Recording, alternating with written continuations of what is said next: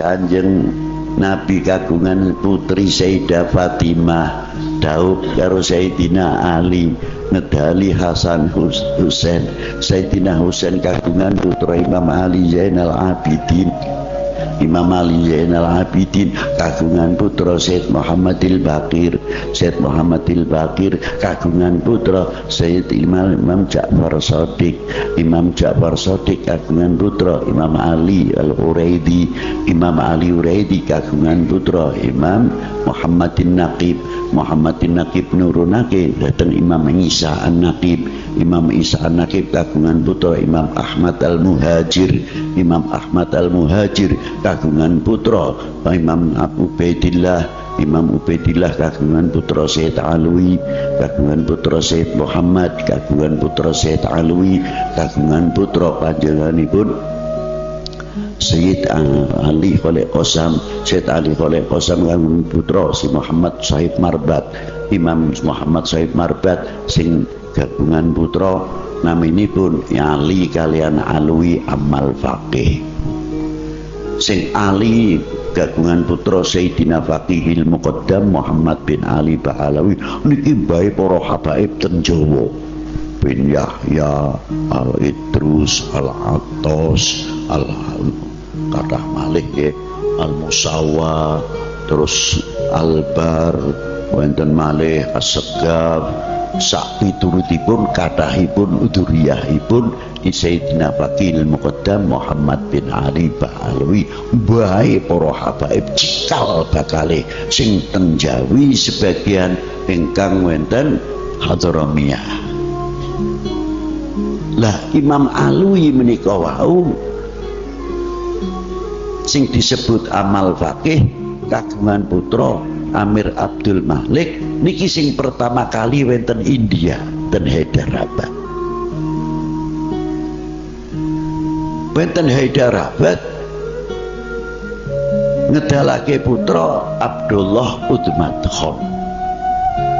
Abdullah Udmat Khan menika wau kagungan putra Imam Ahmad Shah Jalal. Lah turunane Imam Ahmad Shah Jalal niku cikal bakale wali songo. Sayyid Ahmad Rahmatillah bin Ibrahim Asmara Kondi bin Jamaluddin Husain bin Ahmad Shah Jalal. Maulana Syarif Hidayatullah bin Umdatuddin Abdullah bin Ali Nurul Alam bin Jamaluddin Husain bin Ahmad Shah Jalal. Lihat ya niki mawon wali songo ki ya ono sing ngomongake. Ndak ada itu wali 9 sejarahnya ndak ada. Matamu bae ora.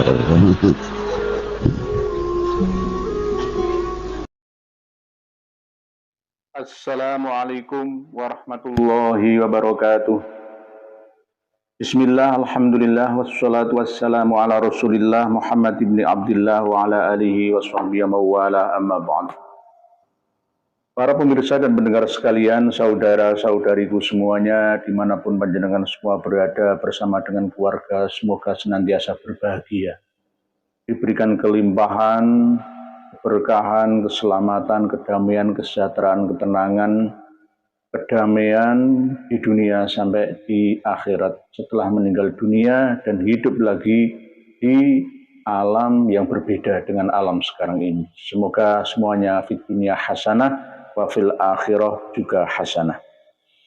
Pada kesempatan yang penuh dengan kebahagiaan ini, saya akan menyampaikan ucapan dan ungkapan yang meluruskan pemahaman Romo Kiai Haji Said Akil Siraj yang mengatakan tetap kekeh, tetap konsisten bahwa nasab Wali Songo, khususnya yang Sunan Gunung Jati itu merunut dan dirunut sampai ke Abdul Malik Udmat Khan. Lalu ke atasnya sampai Alwi Amul Faqih, sampai ke atasnya sampai Ubaidillah bin Ahmad bin Isa Ar-Rumi, dan seterusnya sampai Fatimah Az-Zahra binti Rasulullah Shallallahu Alaihi Wasallam. Saya yang tidak turut serta hadir pada Haul Wali Songo di Senayan Jakarta kemarin turut serta sedikit berduka karena beliau Haji Said Agil Siraj justru tidak fokus ke Duriyah Wali Songo bersama dengan penjabaran azas perjuangan mereka para Wali Songo, tetapi justru malah mengkaburkan silsilah Wali Songo yang sudah disepakati oleh para dzurriyahnya bahwa Wali Songo bukan Ba'alawi, tetapi berasal dari silsilah yang lain, yakni dari Musa Al-Kadhim, bukan dari Ali Al-Uraidi bin Ja'far Shadiq bin Muhammad Al-Baqir bin Ali Zainal Abidin bin Husain bin Ali bin Abi Thalib. Tidak, tetapi justru karena sudah saking lamanya ya informasi yang beliau Kiai Said terima, maka beliau tetap kokoh ke Ba'alawi. Menurut saya perlu dibuka kembali naskah Carita Purwaka Caruban Nagari bahwa ayahanda Sunan Gunung Jati adalah Sultan Mahmud yang bernama Syarif Abdullah Putra Ali Nurul Alim, bukan Nurul Alam, Nurul Alim. Jadi dari Syarif Hidayatullah yaitu Sunan Gunung Jati itu putra dari Sultan Hud yang berkuasa di negeri Bani Israel dengan istri Raden Roro Santang. Lalu ke Raja Udoro dari Mesir, Jumadil Kabir, raja besar di negeri Kuswo, Zainal Kabir, Zainal Abidin, lalu Husain bin Ali bin Abi Thalib, bin Siti Fatimah binti Rasulullah Shallallahu Alaihi Wasallam. Jadi tidak ada unsur Ba'alawinya di situ. Harusnya itu yang dibuka kembali. Memang tidak kita pungkiri bahwa Wali Songo itu semua mau diakui menjadi dzurriyyah Ba'alawi. Berikut fakta yang terjadi. Mulai dari yang paling tua ya sesepuh para wali Mbah Sunan Maulana Malik Ibrahim ya, Mbah Sunan Ampel ya.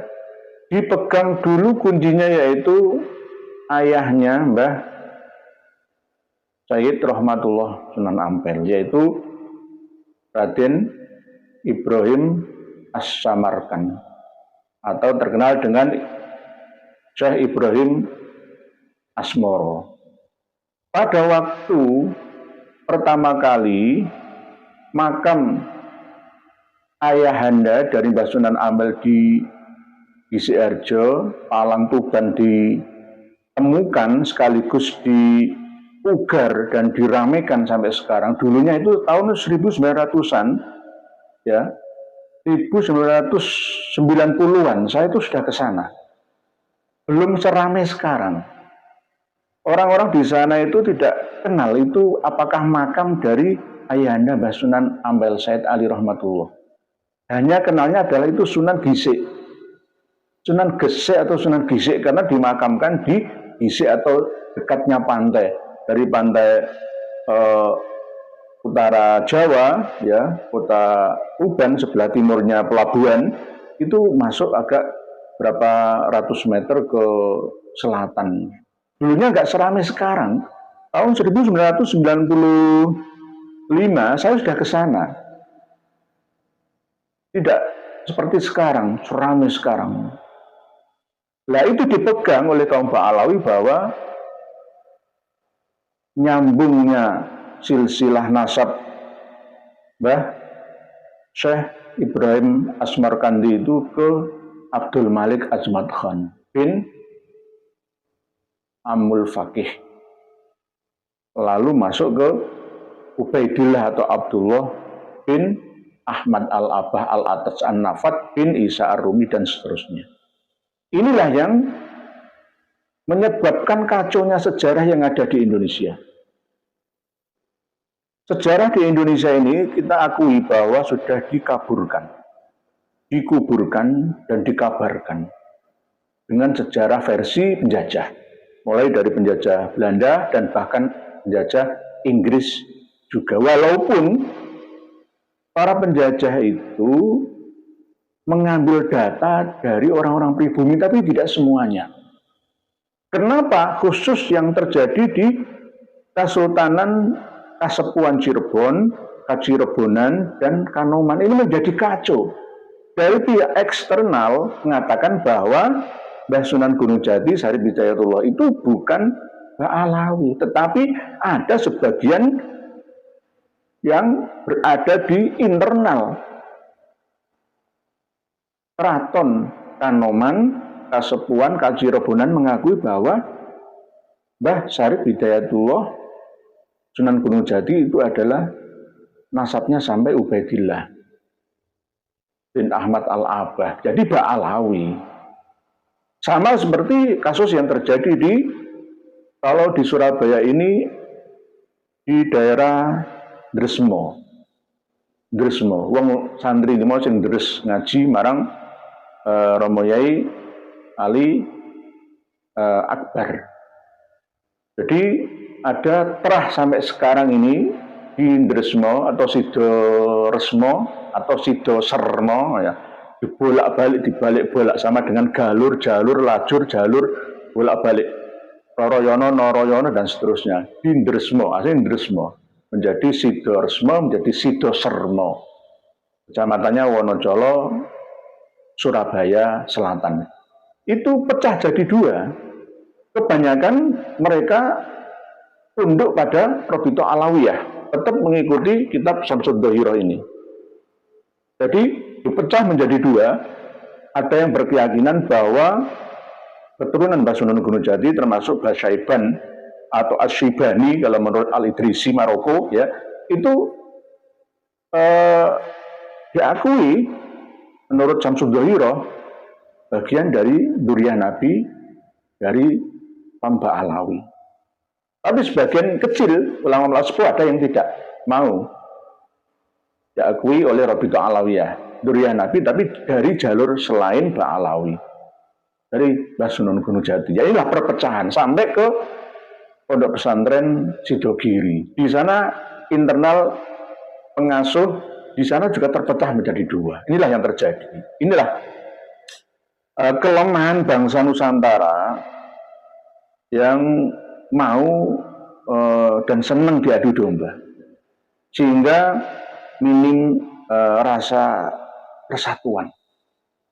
Sama seperti apa yang saya sampaikan ini, banyak yang menolak, padahal saya ini berjuang dengan tujuan murni untuk memerdekakan pribumi dari perbudakan yang berdasarkan agama. Ingin bangkit merdeka, Nusantara Spreng. Ini semboyan saya, kebangkitan Nusantara. Tapi walaupun begitu, tidak sedikit yang mencemooh saya. Tidak hanya saya, Kiai Haji Imaduddin Utsman, Raden Syarif Rahmat, ya, Muhammad Arif Rahman, dan semuanya dicaci maki, dicemooh, dituduh sebagai begal nasab. Naudzubillah, summa naudzubillah. Saya tidak ingin dianggap suci Duriyah Nabi secara biologis. Tidak. Saya hanya seorang pengagum, pengikut setia Rasulullah secara ideologis. Perlu dipahami oleh para pembenci kami dari kalangan Muhibbin Alawi bahwa tujuan kami itu untuk memerdekakan panjenengan semua. Tidak ada kata lain, berdasarkan referensi data dan fakta.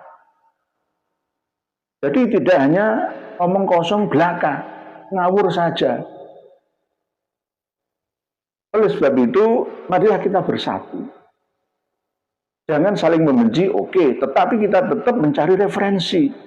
Coba mohon ditelusuri naskah Carita Purwaka Caruban Negari bahwa Mbah Sunan Gunung Jati itu bukan dari kalangan Mbah Alawi. Khusus untuk panjenenganipun Romo Kiai Said Agil Siraj jangan berada di dua kaki.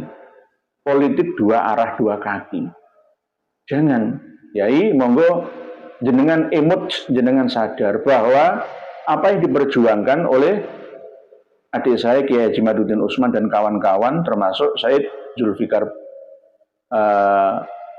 Syibani atau Basyaiban Al-Idrisi Maroko itu untuk meluruskan sejarah. Sejarah yang sudah kadung dikaburkan, dikuburkan oleh penjajah. Dikabarkan dengan sejarah yang bermasalah. Sampai sekarang sudah hampir 6 abad ya, sejak meninggalnya para wali songo. Diteruskan oleh duriyahnya masih menjadi PR sampai sekarang. Para pemirsa dan pendengar sekalian rahimakumullah. Sebenarnya apa yang disampaikan oleh Habib Abdurrahman Al-Masyhur ya, itu juga ada kelemahannya. Jangan dipegang benar 100% adanya. Termasuk ketika sejarah mencatat nama putranya Said Rahmatullah Mbah Sunan Ampel ya, yang dari ibu yang sama dengan Mbah Sunan Bonang itu punya adik yang bernama Raden Qasim Mbah Sunan Derajat, bukan Hashim. Nah di sini disebutkan di Syamsul Dhairah halaman 525 ini. Tawajjaha Ali rahmatullah wa ma'ahu Abdul Fattah wa akhuhu Husain ila Jawa. Wa tazawwaja Aliun binta Amir Tuban al-Musammah Nyai Ageng Manila. Wa ruzika minha waladaini huma Hashim. Bukan Hashim, Qasim.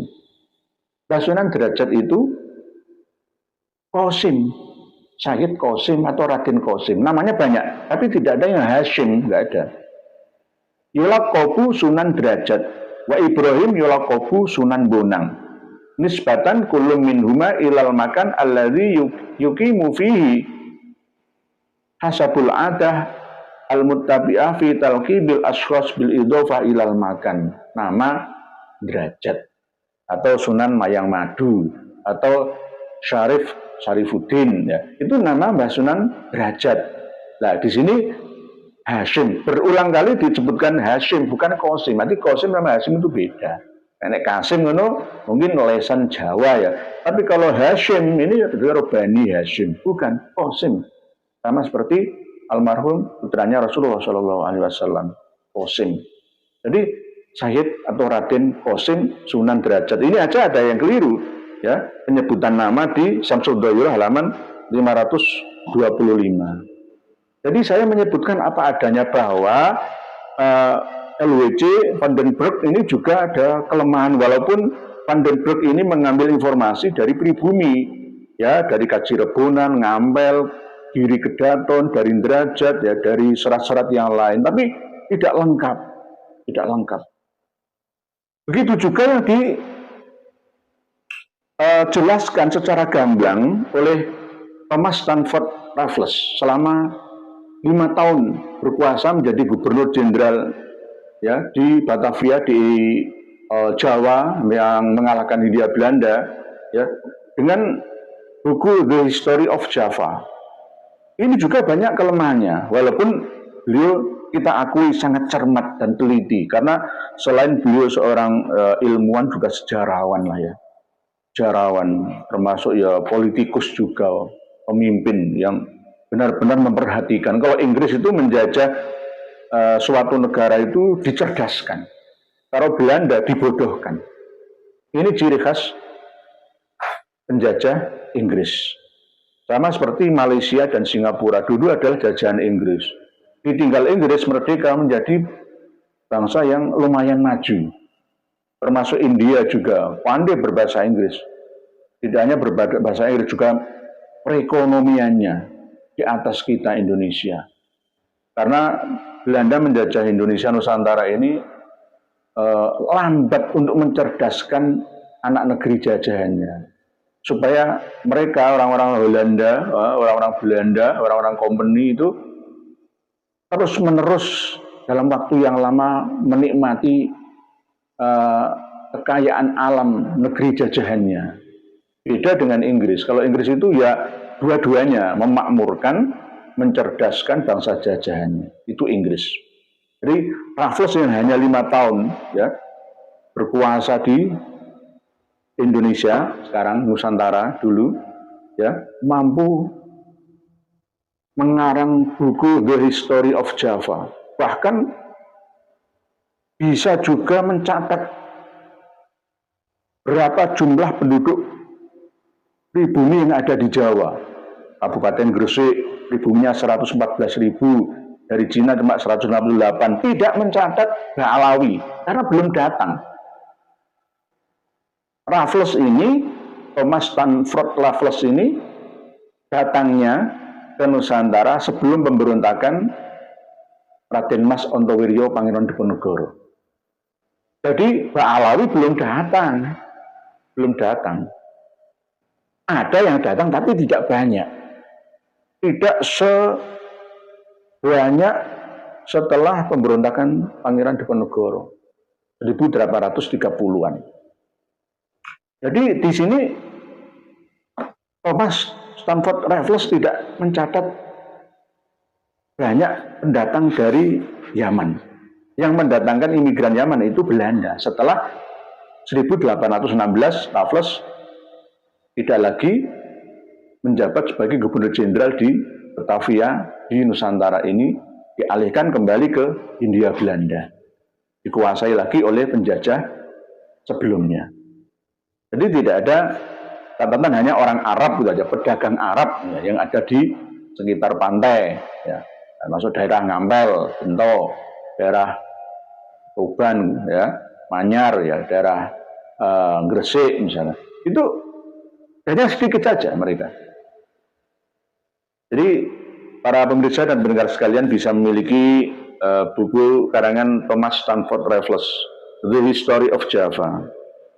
Penting untuk dimiliki. Walaupun ini buku karangan non-muslim ya, sama seperti Kamus Al-Munjid, ya, sama seperti Google, sama dengan handphone, sama dengan internet, sama dengan YouTube, Google ya, patut untuk kita miliki sebagai tambahan dan perbandingan referensi pemahaman kita tentang sejarah. Karena memang kebiasaan kita itu tutur tinular. Ya, tutur tinular. Ketok tinular, dari lisan ke lisan. Cerita dari mbah ke buyut ya, ke canggah, ke wareng dan seterusnya. Sehingga tradisi menulis ini tidak begitu diperhatikan oleh penduduk Nusantara, hanya peninggalan yang berbentuk prasasti saja, sama dengan prasasti dan tulisan-tulisan yang ada di Candi Borobudur beserta relief yang ada di sana. Bahkan yang memugar, yang menemukan untuk ugar kembali adalah ya ini Thomas Stamford Raffles terhadap Borobudur, ya, Biara Budura atau Buana Cakapala di Muntilan Magelang itu. Para pemirsa dan pendengar sekalian, kembali kepada masalah Mbah Sunan Gunung Jati, ya, dan umumnya 6 wali yang lain yang digiring oleh kaum Ba'alawi, imigran dari Yaman, untuk menjadi bagian daripada Dzurriyyah Ba'alawi. Hanya yang sedikit selamat itu ya Mbah Sunan Kalijogo, ya, Raden Said dan Mbah Sunan Muria, karena memang dua-duanya berasal dari anak negeri sendiri dari bangsa Nusantara ini. Jadi berbahagialah, salam hormat kami untuk para kru yang ada di Padasuka, Padepokan Dakwah Sunan Kalijogo, ya, termasuk di situ ada Raden Syarif Rahmat. Salam hormat kagem panjenengan saking kawula dengan perjuangan Sunan Kalijogo. Begitu juga sama seperti Mbah Ainun Najib atau Cak Nun yang hampir sama seperti perjuangan panjenengan. Jadi ini yang perlu diluruskan. Pemahaman yang dimiliki yang tertanam selama ini dalam benak memori Kiai Haji Said Agil Siraj. Tolong Kiai Haji Said Agil Siraj untuk belajar lagi. Ya. Belajar lagi. Walaupun begitu, saya mengikuti panjenengan Kiai Haji Said Agil Siraj sejak tahun 1990-an. Jenengan memang terbiasa kontra. Sering teleneh gitu loh, sering teleneh. Supaya menantang umat masyarakat Islam ini untuk tertantang lebih maju daripada zona aman, nyaman. Jadi zona yang tidak nyaman dan tidak aman. Mendidik masyarakat supaya semakin cerdas. Saya tahu bahwa panjenengan juga punya niat yang baik. Namun bagi masyarakat awam, apa yang jenengan sampaikan pada acara Haul Akbar di Senayan Jakarta, di Al-Istiqlal Jakarta itu membingungkan. Membingungkan. Tidak sesuai dengan harapan. Saya tidak hadir karena ada ikatan dinas. Seandainya saya hadir pun saya akan kecewa. Kalau tidak hadir saya kecewa, apalagi hadir saya lebih kecewa. Walaupun begitu tetap saya husnudzon tentang panjenengan bahwa jenengan mau hadir pada acara tersebut, ya, sebagai pembuka, sebagai pintu utama dan pertama bangkitnya Dzurriyyah Wali Sana atau Wali Songo yang ada di Nusantara negeri kita Indonesia ini. Supaya memperlihatkan diri bahwa ternyata Dzurriyyah Wali Songo itu ada, yang selama ini banyak yang tiarap, ya, tidak memperlihatkan jati dirinya, ya sekarang sudah kelihatan. Nanti insya Allah saya harapkan untuk ditiru di setiap provinsi dan kota, kabupaten yang ada di Jawa, Sumatera, Borneo atau Kalimantan, Sulawesi, Nusa Tenggara, dan Maluku, serta Papua. Ditiru. Tidak hanya khol-khol Wali Songo, tapi khol-khol ulama-ulama setempat. Memang kita tidak pungkiri bahwa tradisi khol itu mirip dengan tradisi Syiah. Syiah memang senang khol. Kalau Sunni yang ala Imam Hambali, ya, itu tidak terlalu memperhatikan khol. Tapi kalau misalkan khol tujuannya untuk kebaikan, ya anggaplah sebagai bid'ah yang hasanah, sebagai media dakwah untuk mengingat manakib atau sejarah yang dikholi itu sehingga mampu untuk meneladaninya. Jadi kalau Rasulullah Shallallahu Alaihi Wasallam itu yang diperingati adalah hari lahirnya, tapi kalau selain Rasulullah itu yang diperingati adalah hari wafat atau meninggalnya, haul, mengingat setiap tahunnya.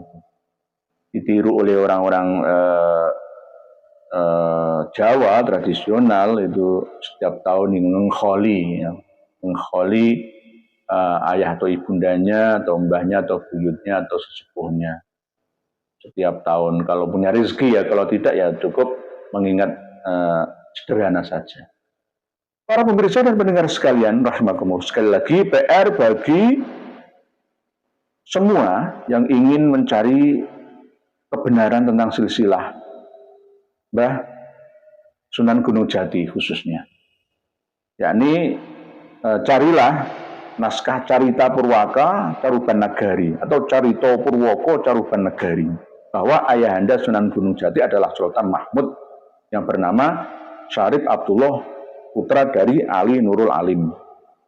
Jadi tidak ada hubungannya dengan Ba'alawi. Begitu juga mulai dari Maulana Malik Ibrahim, Sunan Ampel, Sunan Bonang, Sunan Derajat, Sunan Giri, ya, Sunan Kudus, itu juga tidak ada hubungannya dengan Ba'alawi. Tolong jangan di-Ba'alawikan semua.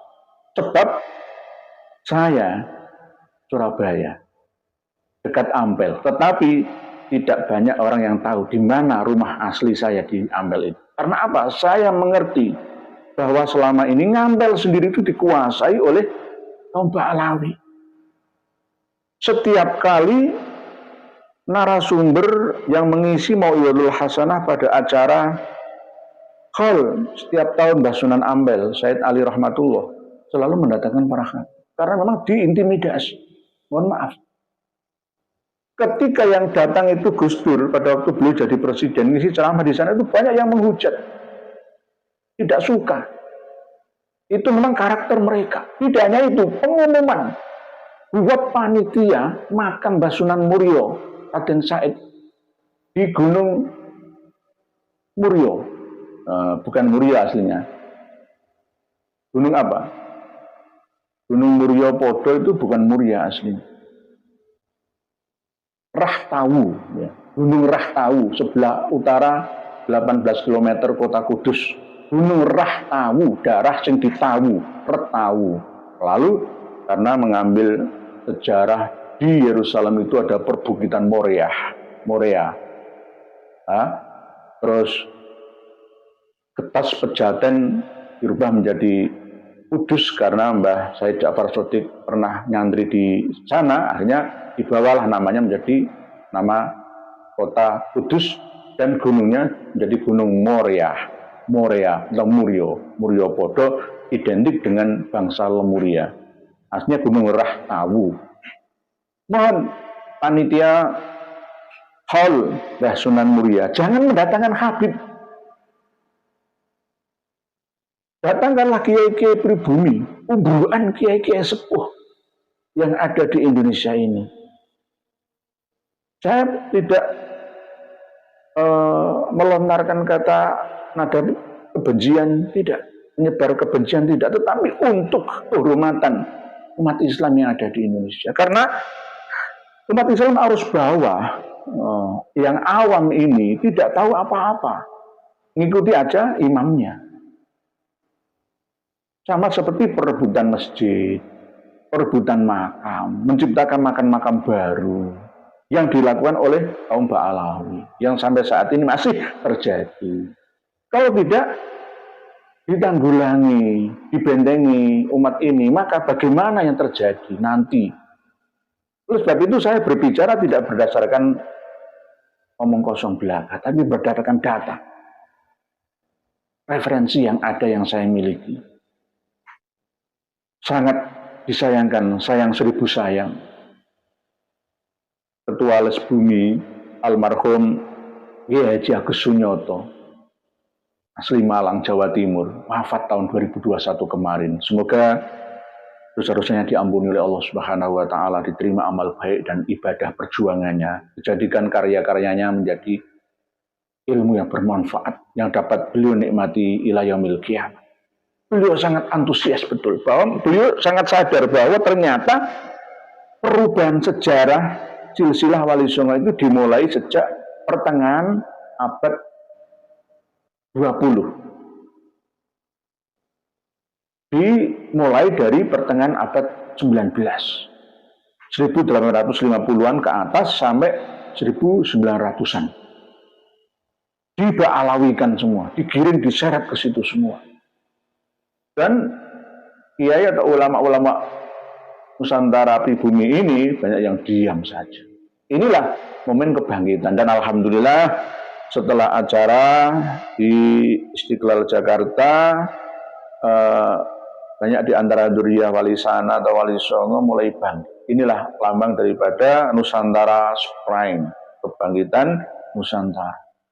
Semoga Nusantara Indonesia tetap jaya raya, selamanya memakmurkan semua masyarakat.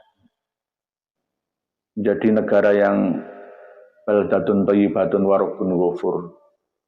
Mengemban amanah dari Yang Maha Kuasa untuk semuanya, tidak peduli suku, bangsa, ras dan agamanya. Tidak mengedepankan isu memecah belah sara suku antar ras dan agama. Demikian sedikit yang dapat saya sampaikan untuk semuanya, khususnya Romo Kiai Haji Said Agil Surat yang saya hormati, dengan tolong untuk lebih berhati-hati dalam menyampaikan pemikiran-pemikiran panjenengan supaya umat ini tidak bingung, tidak kecewa. Mungkin kemarin itu ketua panitianya yang tidak membriefing ya, atau kurang apa ya, sempurna. Ya wallahu alam ya, tetap alhamdulillah bisa terlaksana itu ya alhamdulillah. Yang hadir lebih dari 7.000 ya alhamdulillah. Cuma yang saya kecewakan yaitu narasumber utama yang kita tunggu-tunggu malah justru mengecewakan. Saya secara pribadi ya sedikit kecewa walaupun saya nggak hadir. Tapi tetap mendukung, mendoakan dari jauh.